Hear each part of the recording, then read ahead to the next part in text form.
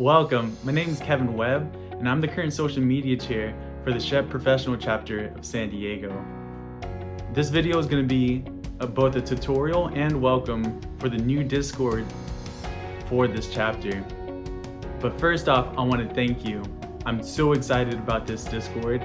This is going to open up a lot of communication between both members, friends, and even students who want to join this Discord. Let's start off with the tutorial. First, I'm going to start off with the phone perspective. Here's the QR code and the link. Click the link to take you to your phone's internet browser. For me, it's Safari. And it's going to show you the invite for the Discord. Click on the accept link and it would take you to the Discord. Now, in my instance, I don't have Discord installed, so it's going to take me to the App Store. I click install.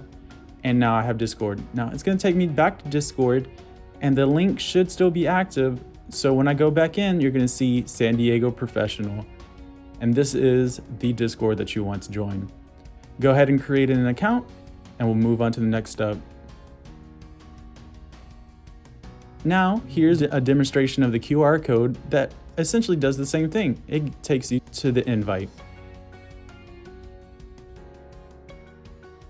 Now that we're in the Discord, you can see the welcome page.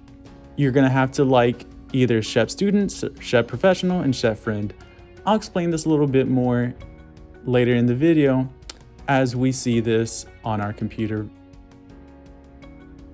Now, this is the computer perspective of joining the Discord. Here's the QR code and here's the link. But in our case, the link will suffice. So I'm going to copy the link.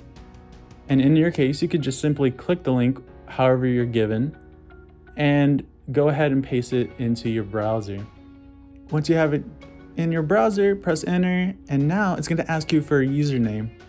When you do this through your internet browser, it's a very simplified process. You don't actually have to register fully in order to join the Discord when you do it through your computer and through your web browser. So here I am just creating a guest account without having to provide my email or a password. In a bit, it's going to ask you for your birth date. For the demonstration purposes, I'm going to put fake numbers, but I would recommend as you register as a new user, using an actual birth date. And the next screen is going to ask you to claim your account. Again, claim it, put your email, and create a password to create your account. We're going to skip it for now.